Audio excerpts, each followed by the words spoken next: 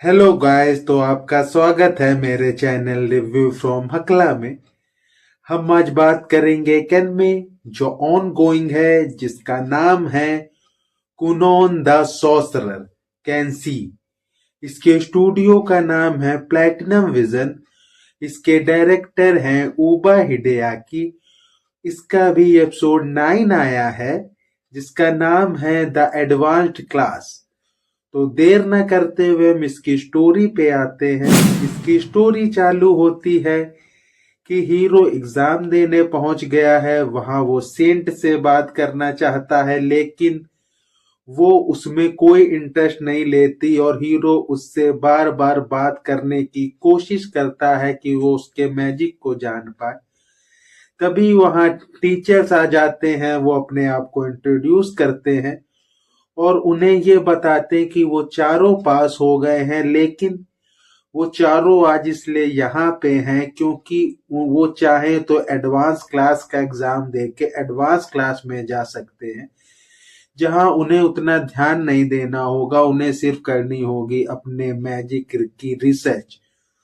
तो हर कोई एग्जाम देने के लिए रेडी रहता है। पहले हैंक आता है, जो अपना फायर मैजिक शो करता है, जो काफी इंटरेस्टिंग होता है। फिर दूसरा मैजिशियन आता है जो विंड मैजिक यूज करता है। फिर सेंट आती है, वो अपना लाइट मैजिक यूज करती है और सब लोग बहुत ही अच्छा फील करते हैं।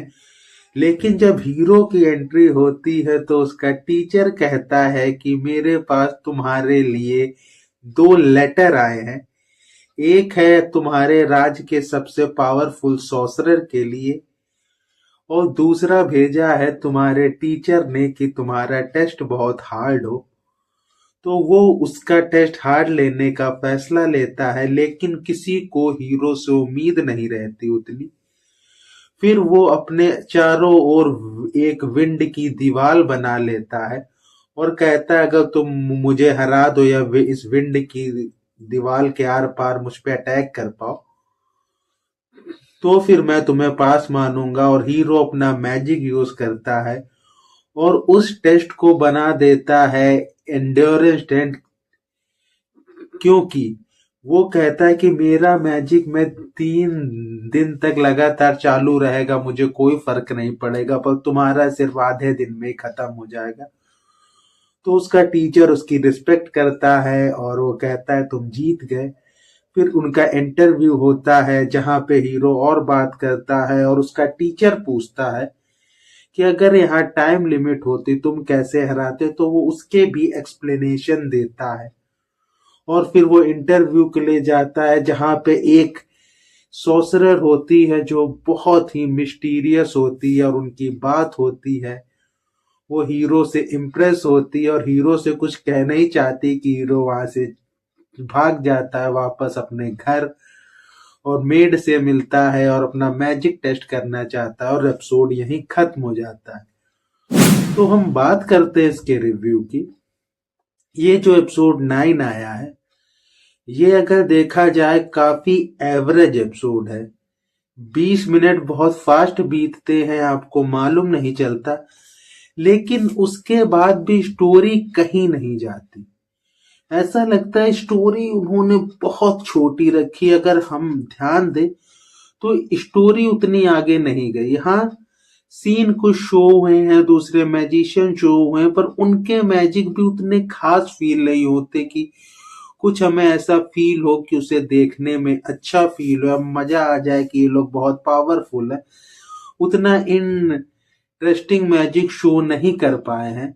और जो फिर हीरो का भी टेस्ट लेने की कोशिश की है, वो अगर चाहते और अच्छा लुक करने की कोशिश करते, लेकिन ऐसा भी इन्होंने कुछ नहीं किया, तो वो टेस्ट भी बहुत बोरिंग फील होता है कि उसमें कुछ ऐसा खास नहीं हुआ। चाहे हीरो ने आसानी से हरा दिया, जो आप किसी हीरो से एक्सपेक्ट करते हो, लेकिन इसमें बहुत ही ज्यादा टेक्निकलिटी के द्वारा हीरो ने हराया है, या हीरो ने माइंड लगा के। इसमें सॉर्सरी का उतना अच्छा यूज नहीं हुआ है, ना ही शो हुआ है। जितना सेंट के बारे में हीरो पूछ रहा था, उसके लाइट मैजिक की भी पावर या वो किस तरह से काम कर रहा है, वो भी कुछ शो नहीं हुआ है। स्टोरी एक तो कहीं जाती नहीं है और सिर्फ इसमें बात ज्यादा है और हीरो की एक तरह से तारीफ हो रही है कि हीरो कितना बेहतरीन है। ये सारी चीजें हो रही और हीरो सेंट से बात करना चाहता है, ये सब शो हो रहा है। तो ये एपिसोड बोरिंग फील नहीं होता, पर इसका कोई लॉजिक नहीं समझ आता कि ठीक है, अगर इसका अभी वो लिया जा रहा है एग्जाम का टेस्ट, चलो मैजिक का मैं एक बार ठीक भी मान लूं, चलो उन लोग यो वही टेस्ट कर रहे थे। लेकिन जो इंटरव्यू टेस्ट था, मुझे बहुत बेहतर की उम्मीद थी, क्या पता अच्छी बात हो, कुछ बेहतर शो हो। पर वो इंटरव्यू वाला जो भी मैच था या फिर जो भी एग्जाम था, बहुत ही घटिया शो हुआ, कुछ मजा नहीं आता। और ऐसा लगता है सीन जल्दी खत्म हो और कहानी में कुछ अच्छा हो, पर तब तक 20 मिनट खत्म हो जाते हैं। तो अगर मैं इसे रेट करूं, मैं 10 में से 5 दूंगा, क्योंकि कहानी 20 मिनट बोरिंग नहीं होती और कहानी के सीन्स अच्छे और हीरो जैसे बात करता है वो अच्छा लगता है। लेकिन उसके बाद भी कहानी कहीं नहीं गई और बहुत सी चीज ऐसे लगता है कि नीड नहीं थी। ये कहानी फास्ट लेके जा सकते थे और आगे जा सकती थी, पर इन्होंने ऐसा कुछ नहीं किया। तो ये रिव्यू हम इसी के साथ खत्म करते हैं। Bye bye.